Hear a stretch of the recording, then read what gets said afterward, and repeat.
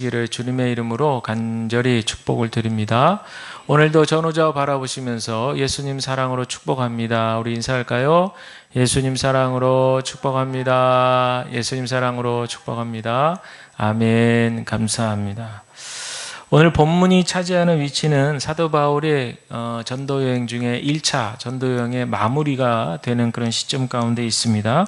바울 일행은 비시디아 안디옥에서 출발해서 이고니온, 루스트라 그리고 더베까지 갔다가 다시 돌아서 더베와 또 오늘 이렇게 루스트라 이렇게 지나오고 또 이고니온, 비시디아 안디옥 그리고 버가와 아탈리아를 거쳐서 다시 배를 타고 수리아 안디옥까지 오는 아주 기나긴 그런 선교의 여정입니다. 바울의 열정적인 복음 사역을 보게 되는데 한 가지 놀라운 점은 우리가 몇 주 전에 그 앞의 내용들도 이렇게 살펴보았지만 바울의 사역에는 분명히 어려움이 있었어요.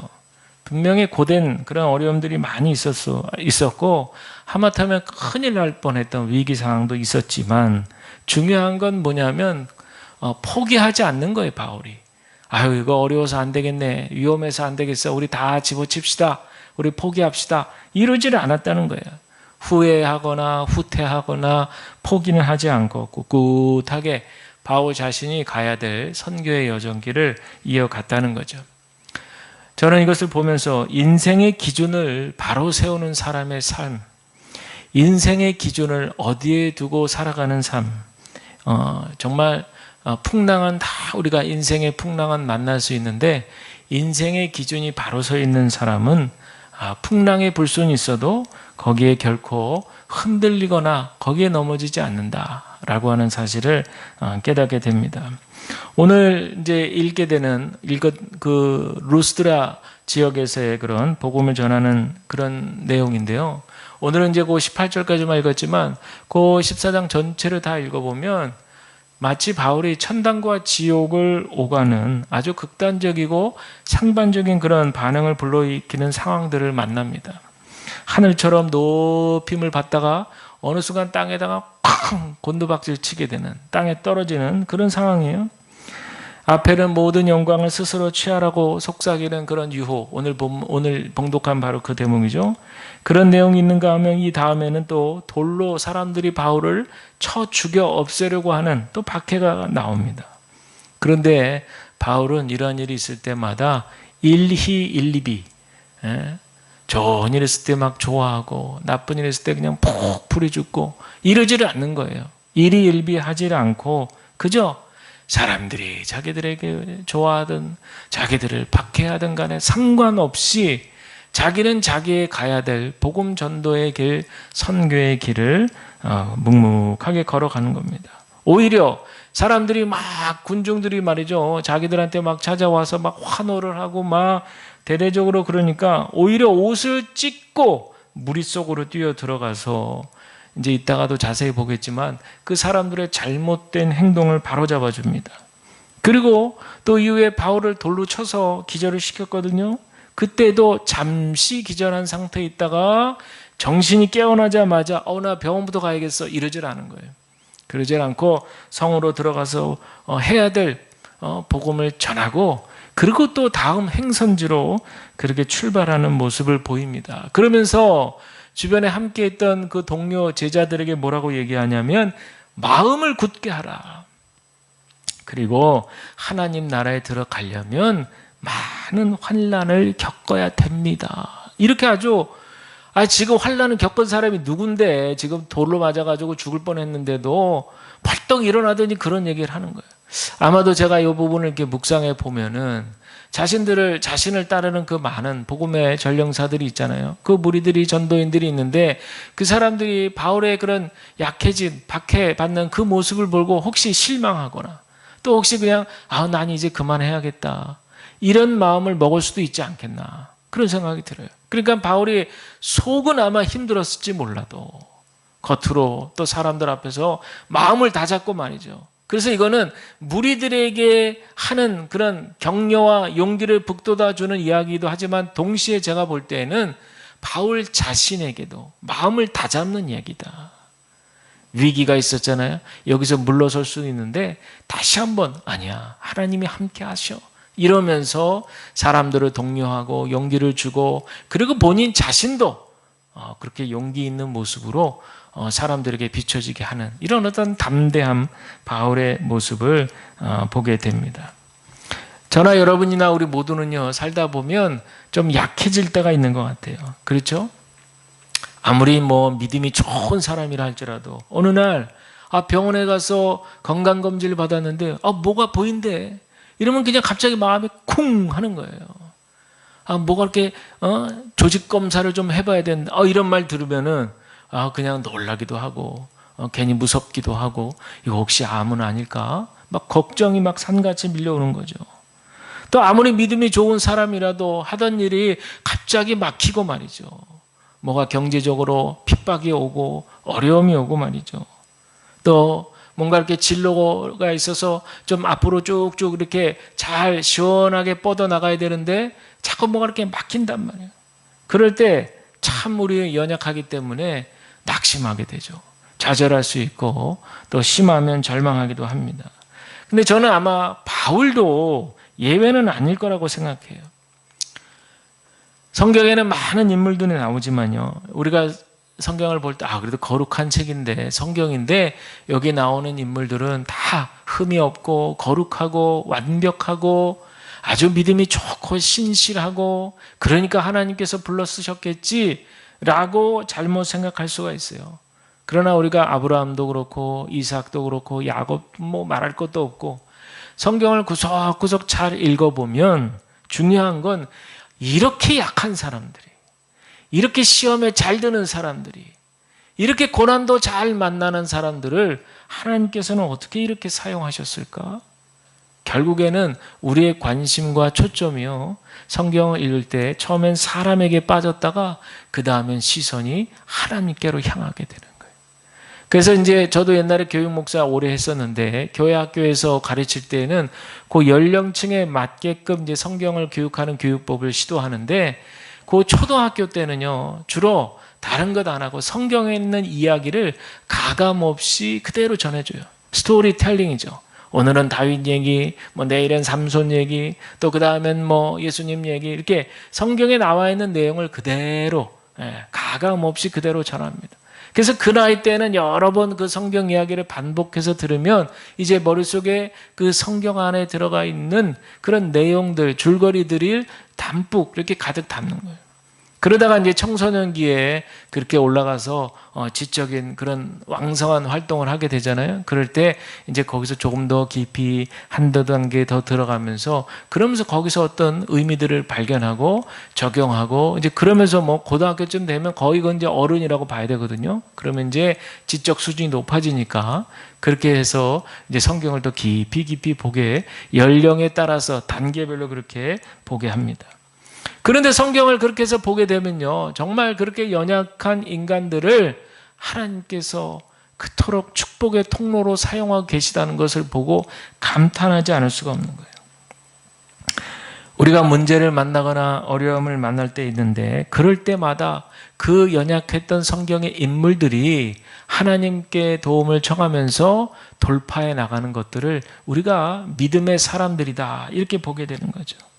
따라서 우리 모두도 때로 어려움을 만나고 힘들고 난관을 만났을 때 이것을 뚫고 나가는 길을 찾아야 되는 거예요. 어떻게 하면 우리도 이 난관을 잘 뚫고 나가는가, 이게 바로 관건인 거죠. 흔히 심리학과 사회학 쪽에서 쓰는 용어 중에 중요한 타인이라는 개념이 있대요. 중요한 타인. 이건 뭐냐면 어떤 한 사람의 인생에 있어서 지대한 영향을 미친 사람, 이런 사람을 통칭해서 쓰는 말이 바로 중요한 타인이라는 거예요. 그래서 사람들마다 이렇게 인생을 살다 보면 많은 만남들이 있잖아요. 만남은 복이라고 하는데 중요한 사람을 만납니다. 경우들은 다르겠지만 부모를 만나는 만남부터 시작해서 또 친구의 만남이라든지, 또 학교에서 좋은 선생님이라든지, 또 나중에 이제 성인이 돼서 또 교제하는 또 이성의 관계라든지, 또 결혼해서 배우자의 관계 등등, 이 중요한 타인이 되는 사람들은 다양하다는 거예요. 그러니까 왜 이렇게 중요한 타인이 중요하냐? 서로 상호 간에 영향을 주고 받으면서 그 한 사람의 인생의 가치관이 잘 형성이 되기 때문에 그렇다는 거예요. 그러니까 사람이 어떤 인생의 기준을 이제 세우고 살아가느냐에 있어서 이렇게 만나는 중요한 타인과 중요한 관계와 만남 속에서 그 인생의 기준들이 이렇게 잘 세워져 가게 된다라고 하는 거죠. 가령 예를 들면 어렸을 때 아이의 그런 인격 형성에 지대한 영향을 미치는 경우가 이제 부모 아니겠어요? 부모로부터 사랑을 공급받고 인정을 받고 그러면서 자존감이 세워지고 이렇게 형성이 되는 건데, 이제 혹간에 가정 형평상 그러지 못하고 자라는 경우들이 많아요. 그렇게 되면 이제 기회가 없는 것이 아니라 또 자라다 보면 학교 다닐 때 좋은 선생님들을 또 만납니다. 그래서 인격적인 선생님이 자기 자신을 인정해주고 또 뭘 잘하면 칭찬도 해주고 또 격려도 해주면서 말이죠. 그래서 저도 이제 그런 선생님들 이제 기억이 나는데, 그러면서 영향을 받으면서 또 자라게 되는 거예요. 그리고 또 사회생활 하면서도 또 직장에서 동료라든지 선후배들 관계 속에서 또 좋은 인연과 관계, 또 이렇게 신앙생활 하는 가운데 신앙생활 공동체에서 또 좋은 관계들을 만나게 된다는 거예요. 저도 그렇고 우리 여러분들도 마찬가지시고 인생을 살아가시면서 중요한 타인이 분명히 한두 서너 분 정도는 다들 있으실 것이다, 그렇게 생각합니다. 제 인생에도 여러 만남들 속에서 이 중요한 타인의 관계가 있어요. 좋으신 부모님을 비롯해서 우리 선생님이나 친구들, 좋은 선후배들을 만났습니다. 그리고 지속적으로 지금도 연결이 되어가지고 저에게 영향을 주고 계시는 분들이에요. 그런데 저는 이런 중요한 타인의 관계 너무 중요하고 이런 만남 너무 중요한데 여기에만 천착되어 있으면 안 된다, 이런 말씀을 드리는 거예요. 좋은 분들 만나서 그분에게 좋은 영향을 받고 때로는 저도 또 좋은 영향을 또 누구인가 주고, 이런 관계 너무 중요한데, 중요한 것은 이 모든 우리와 친밀하게 좋은 관계를 유지하는 것에는 하나님께서 인도하신 관계들이라는 거예요.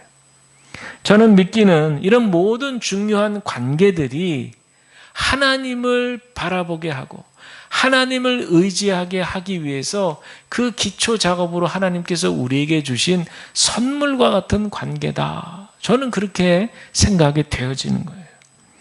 왜냐하면요, 우리가 이런 좋은 관계들, 그 관계 속에 너무 깊이 빠지다 보면 사람들은 다 연약하잖아요. 사람들은 다 장점이 있고 좋은 점이 겉보기에는 있어 보이지만 또 깊이 들어가 보면요, 사람이라는 거는 다 흠이 있어요. 다 약점이 있고 연약함이 있습니다. 여러분들도 다 그러시죠? 네. 그렇기 때문에 동전의 양면과도 같은 거예요. 근데 너무 그런 사람의 관계에 깊이 빠지다 보면 말이죠, 어느 순간에 그렇게 좋았던 모습이 실망이 되는 거예요. 그럴 때가 있습니까? 있어요. 그거는 바꿔 말하면 기대를 너무 많이 하기 때문에 그런 거예요. 기대를 많이 하니까 실망의 것도 많이 들어오는 거죠. 그래서 우리가 좋은 관계 유지하는 건 너무 중요한데, 또 그런 관계 만나는 건 너무 축복이라고 믿고 감사한데, 그 관계를 허락하시는 분은 바로 우리 살아계신 하나님이신 것을 먼저 의식해야 될 줄로 믿습니다.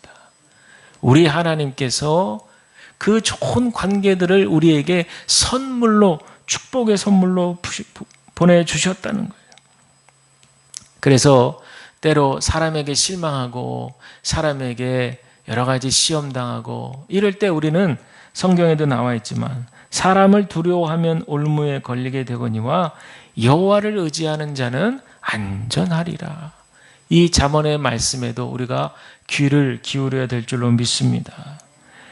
우리가 하나님께, 그렇다면 이제 집중해야 되잖아요. 하나님께 그 마음을 집중해야 되는데 어떻게 해야 될 것인가? 물론 중요한 타인의 좋은 관계 속에서 이제 안 좋은 점, 실망할 만한 점은 다 보완하고 좋은 점만 부각시켜서 그 관계를 잘 이어가게 해야지 하는 지혜일 수도 있는데, 결론은 뭐냐? 하나님께 시선을 집중하는 거예요. 하나님께서 모든 관계를 허락하셨다, 그렇게 믿는 거예요. 뿌리로 들어가는 거예요. 뿌리로 가면, 근원으로 가면은 거기에는 모든 근원, 관계의 근원이 되시는 창조주 하나님이 계심을 볼 줄 알아야 되는 거예요. 모든 만물의 근원이 되시고 시작이 되시는 우리 살아계신 하나님의 존재로부터 시작해서 이런 좋은 관계들이 나에게 허락이 되었다라고 하는 사실, 여러분, 이것이 우리 인생의 기준이 되어야 할 줄로 믿습니다. 그러기 위해서는 우리가 어떻게 해야 될까요? 바로 복음이신 하나님이 선포되어지시는 말씀에 집중해야 되는 거죠. 복음의 말씀으로 계시되어지신 하나님을 드러내 주셨던 그 말씀 속으로 우리의 심령을 그 말씀에 집중해야 될 줄로 믿습니다. 바울과 바나바가 루스드라 지역에 들어갔더니 나면서 걷지 못하게 된 사람을 만나요. 그래서 바울이 열심히 말씀을 전하다가 느낌이 오는 것이 이 걷지 못하는 사람이지만 뭔가 믿음이 있다는 것을 깨닫게 됩니다. 뭔가 구원을 갈망하는 그런 믿음을 보게 돼요. 그래서 바울이 성령이 충만해가지고 내 발로 바로 일어서라, 이렇게 선포를 했고 걷지 못하는 자가 일어나서 걷게 돼요. 그런데 이제 문제는 이때부터 일어납니다. 이 광경을 무리들이 봤어요. 많은 사람들이 봤어요. 근데 이 사람들이 어떻게 반응하느냐? 신들이 사람 형상으로 우리 가운데 내려왔다, 이렇게 외치기 시작하는 거예요. 저 사람들이 신이라는 거예요. 신들이 지금 사람의 형상을 하고 와서 못 걷는 자를 이렇게 세웠다는 거예요. 그러고 마는 게 아니라 일대 소동이 벌어졌습니다. 당시에 이 사람들은요, 파르테논 신전을 지어놓고 여러 그리스의 신들을 모시고 있었는데 이 중에 제일 높은 신이 바로 누구냐면 제우스예요. 그리고 오늘 성경에도 소개하고 있지만 이 헤르메스는 그 아들이거든요. 아들인데 주로 제우스의 아들로서 메신저, 말을 전하는 역할을 했던 신이 헤르메스입니다. 그래서 이 군중들은요, 저기 두 사람을 보니까 키가 크고 얼굴이 용모가 단정하고 잘생긴 바나바가 제우스 같아 보이는 거예요. 그래서 제우스가 사람을 형상을 입고 나타난 모습이 바로 저 바나바다. 그리고 주로 말씀을 전했던 이 바울이 바로 헤르메스가 사람 형상으로 나타났다, 이렇게 생각을 하는 거예요.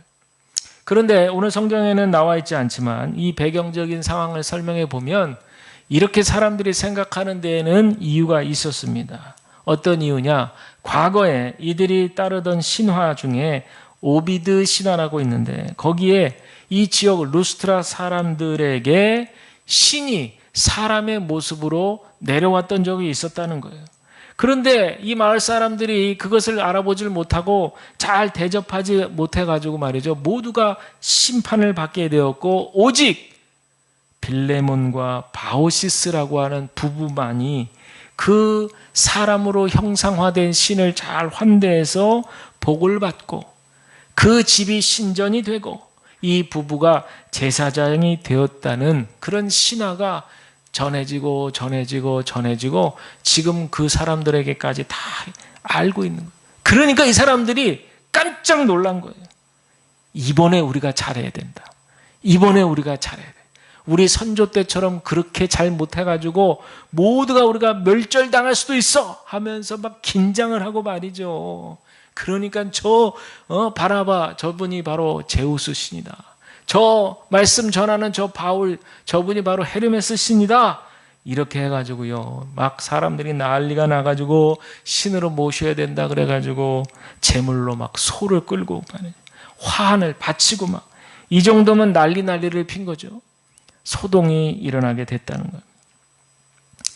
우리가 볼 때는 참 어이없는 상황입니다. 아니, 같은 말씀을 듣고도, 같은 복음의 말씀을 듣고도 어떻게 이렇게 해석을 딴판으로 할 수 있겠느냐. 여러분, 우리가 잘 아는 이단들을 보면 그렇잖아요. 시작은 같으나 끝이 다르면 이단인데 그들은 자기네들 자의적으로 자기네들 편에서 말씀을 해석해가지고 멋대로 그렇게 교주를 만들어 놓고 그 교주를 섬긴다고 얘기하지 않습니까?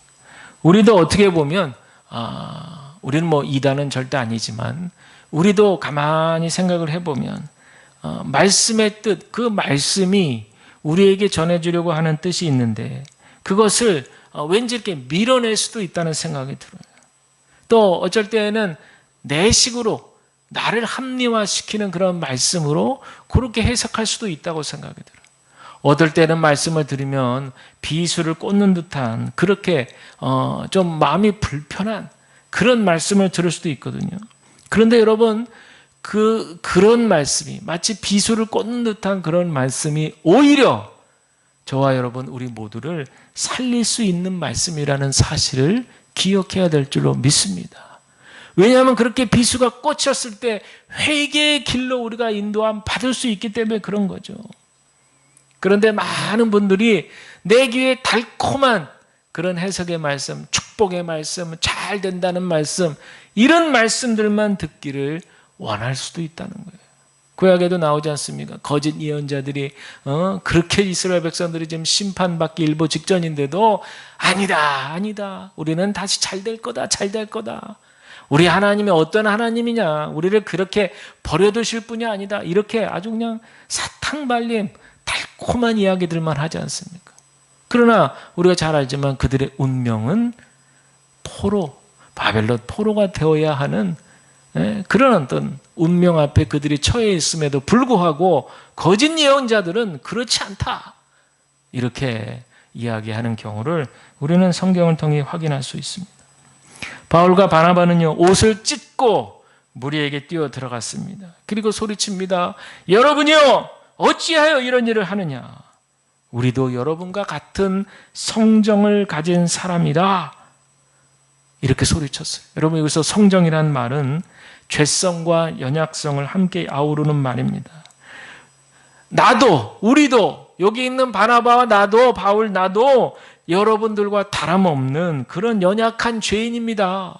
똑같은 사람입니다. 이렇게 얘기를 하는 거예요. 지금 기적을 일으킨 당사자가 바울이잖아요. 얼마나 지금 높임을 받을 수 있는 위치예요. 가만히만 있고 얼굴만 잠깐 웃어도 사람들이 막 할 지금 그런 분위기잖아요. 군중 속에서 왕으로 지금 군림할 수 있는 그런 분위기예요. 좀 심하게 말하면. 그런데도 그 막 지금 붕 뜨고 있는 분위기에 찬물을 팍 껴는 거예요. 근데 그 찬물은 진짜 진실의 찬물이죠. 진실의 찬물을 껴안으면서 지금 저도 여러분과 같은 죄인이고 연약하고 구원받아야 될 사람인데 지금 뭣들 하고 계시는 겁니까? 왜 나를 지금 우리를 왜 이렇게 신처럼 잘못된 지금 행동들을 하고 있는 거예요? 라고 하면서 바울과 바나바가 군중들을 지금 그 분위기를 팍 가라앉히는 그 내용이 바로 오늘 본문 가운데 소개되고 있는 그런 내용이에요. 여러분, 세상에 어려운 일 중에 하나가 뭔지 아세요? 자기를 칭찬하는 사람한테 어떤 표정을 짓는가가 세상에서 어려운 일 중 하나래요. 어디 글에 보니까 누가 막 나를 칭찬한단 말이에요. 그리고 막 여러 사람이 나에게 막 박수를 치고 칭찬해. 그럴 때 표정을 어떻게 지어야 되느냐. 이게 굉장히 어려운 일 중에 하나래요. 반대로 욕하는 사람, 나한테 욕하는 사람한테 참고 침착하게 그렇게 잘 대하는 것은 오히려 쉽다는 거예요. 그러면 점수가 막 올라가잖아요. 와, 저 사람은 저렇게 욕을 먹는데도 저렇게 담대하게 집착하네. 이러면 사람들이 막 그 사람의 인격을 칭찬합니다. 그런데 이와는 반대로 나를 막 축혀 세워주고 막 칭찬하는 사람한테 그 칭찬을 받지 않으려고 도리어 막 화를 낼 수는 없잖아요. 그렇다고 해서 같이 좋으면서 그렇죠, 뭐 제가 잘났죠, 뭐 이래가면서 시덕거리면서 춤을 추면서 이거는 완전히 그냥 바보 푼수가 되는 거잖아요. 그러니까 오늘 말씀에서 이 바울과 바나바, 특별히 바울이 이런 사람들로부터 격한 칭찬을 받았지만 그 받은 칭찬을 오직 하나님께 영광 올려드리기 위해서 그들의 잘못된 행위를 바로잡고 있는 그 모습을 우리가 오늘 보게 된 것입니다. 여러분, 겸손한 신앙은 다른 것이 아니에요. 내 인생의 주인이 내가 아니라 하나님이심을 인정하는 것에서 시작하는 줄로 믿습니다.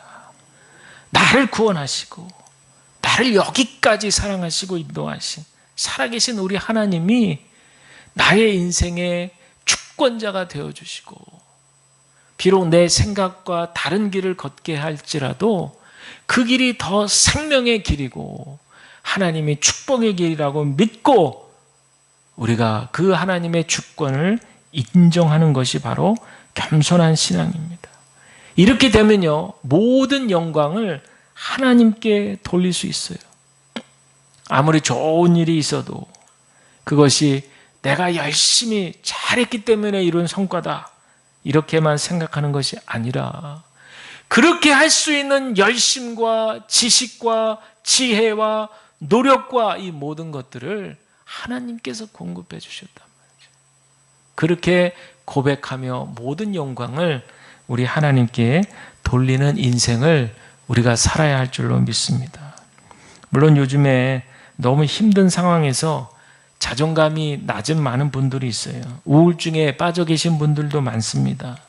내 모습에 실망하면서 내가 이렇게 살아서 못하나? 이렇게 자기 자신을 한탄하는 경우가 있어요. 그래서 심리학에서는요, 셀프 칭찬이 필요하다고 그래요. 어떤 힘든 일을 잘 마치고 난 후에 자신의 어깨를 이렇게 도닥거려 주면서 위로해 주라는 거예요. 한번 해보실까요? 자기 손으로 어깨를 한번 두드려 보세요. 이렇게 토닥토닥 하면서 그냥 토닥만 하지 마시고 자기 이름을 부르면서 너무나 수고했다, 잘했다, 서주 넌 너무 잘했어, 수고했어. 자, 자기 이름 불러가면서 한번 해보세요. 시작. 서주 넌 참 잘했다, 수고했다, 잘하고 있다. 자, 이렇게 하셨는데 혹시 기분 나빠, 화나는데, 이렇게 생각 드시는 분 없죠? 묘하게 마음에 편안함이 있게 느껴져요. 이거 굉장히 중요하다는 거예요. 셀프 칭찬, 이거는 자기 자신을 아껴주라는 거예요. 아껴주라는. 이 세상 험한데 거기에 막 적응하며 사느라고 힘들었던 내 자신을 이렇게 토닥거려 주라는 거예요. 그런데 오늘 제가 드린 이 말씀에서 칭찬이라고 할 때 이 개념은 남에게 받는 칭찬에 너무 몰입되는 경우를 얘기하는 거예요. 또 사람 살면서 사람들 칭찬에 너무 과도하게 집중하는 경우를 말하는 거예요. 교회에서도 보면 유독 칭찬을 바라고 행동하는 분들 있잖아요. 그런 분들을 이렇게 추적해 보면요, 어렸을 때 칭찬받고 격려받아야 될 어린 시절에 그러질 못하고 자라서 성인이 돼가지고 막 사람들에게 칭찬받기를 갈망하는 분들이 있어요. 이게 이제 심리학 용어로는 성인 어른이라고 그러는 거예요. 몸집은 성인인데 어른이 됐는데 성인 아이라고 하는 거죠. 성인이 됐는데 그 속은 아직 아이의 그 수준에서 벗어나지를 못하는 거예요. 그러니까 칭찬 받아야 될 때, 사랑 받아야 될 때, 격려 받아야 될 때, 용기를 얻어야 될 때, 그럴 때 그런 것들을 잘 받지 못하고 쑥 자라서 성인이 돼버리니까 그 부족하고 막 허망한 마음을 막 이 사람 저 사람에. 근데 이제 교회에 오면 교인들은 되게 이제 착하시니까 막 좀 친해진 분들한테 막 그러면서 막 인정받고 싶고 막 격려받고 싶어가지고 그렇게 하는 경우가 있는데, 그것을 이렇게 옆에서 가만히 보면 좀 지나칠 때가 있다는 거예요. 그리고 그분들의 그 삶을 보면은 그거에만 쫓아다니면서 살아가는 거예요. 내가 이번에도 인정받아야지. 내가 이번에도 격려받아야 되는데. 내가 이번에 꼭 칭찬받아야지. 근데 그러다 보면 거기에만 혈안이 돼서 집중해서 그것만 쫓아서 살다 보면 성인이 돼서 더 갖춰야 될 중요한 가치들이 너무 많은데, 믿음, 소망, 사랑, 또 남을 돕고 섬기고 등등등 어른이 되어서 이 세상을 살면서 가져야 될 가치들, 중요한 가치들이 너무 많은데 그런 것들은 추구하지 못하고 오직 사랑받고 인정받고 격려받고 이거에만 혈안이 되어서 살아가는 그런 안타까운 그런 모습을 보게 된다라는 거예요. 결론적으로 우리가 누군가를 격려해주고 칭찬해주는 일 참 중요합니다. 여러분들도 많이 해주세요. 그러나 반대로 내가 뭔가를 잘해서 칭찬도 받을 수 있고 격려도 받을 수 있지만 중요한 거는 거기에 너무 푹 빠지면 안 될 것이 반드시 칭찬받을 일 다음에는 풍랑이는 파도가 밀려온다는 걸 알아야 돼요. 좋은 일이 있으면 반드시 안 좋은 일이 온다는 걸 알아야 돼요. 그래서 너무 좋은 일에 좋아하고 막 거기에 빠져가지고 몇 날 며칠을 막 허우적거리면서 헤어나지 못하다가 안 좋은 일을 딱 맞닥뜨리면 이게 돌아오지를 못하는 거예요. 그러니까 요즘에 회복 탄력성이라는 말 하잖아요. 회복 탄력성. 그래서 막 이 말이 뭐냐, 살면서 겪게 된 여러 가지 크고 작은 역경이나 시련이라든지 실패 속에서 다시 일어설 수 있는 마음의 근력이 바로 회복 탄력성이거든. 그런데 너무 좋은 일에 그냥 기쁜 일에 푹 빠져 있다가 그만 안 좋은 일 만났을 때 다시 원상태로 돌아오는데 시간이 너무 많이 걸린다는 거예요. 그래서 유명 연예인들이라든지 인기 스포츠 운동선수들 막 사람들한테 엄청나게 칭찬과 인기를 많이 받았던 사람들이 딱 한 번 인생에서 실수했는데 돌아오질 못하잖아요. 재기가 안 되는 경우. 그런 경우가 있다는 거예요. 사랑하는 여러분들, 오늘 말씀을 통해서 마지막으로 드리고 싶은 말씀은 우리가 살다 보면 좋은 일도 만나고 안 좋은 일도 만나고 여러 가지 굴곡을 만나고 인생의 파도를 넘게 돼요. 그러나 중요한 것은 가장 근원이 되시는, 생명의 근원이 되시는 살아계신 우리 하나님과 지속적으로 그 만남을 이어가면서 그 영원하신 하나님과의 관계 속에 있다 보면 이 세상을 이겨낼 지혜도 얻게 될 줄로 믿습니다. 이 세상을 이겨낼 권한을 이겨낼 힘도 얻게 될 줄로 믿습니다. 하나님을 먼저 인정하고 하나님을 먼저 시인하고 하나님을 먼저 신뢰한 다음에 그 다음에 하나님이 허락하신 좋은 관계들 속에서 지혜롭게 좋은 관계들을 발전시켜 나가면서 또 때로는 어려운 일을 만났을 때 잘 이겨나갈 수 있는 마음의 힘도 얻으면서 저와 여러분들 우리 하나님께 주시는 넉넉한 위로의 은총이 가득하기를 우리 주님의 크신 은혜로 간절히 간구하고 축복을 드립니다.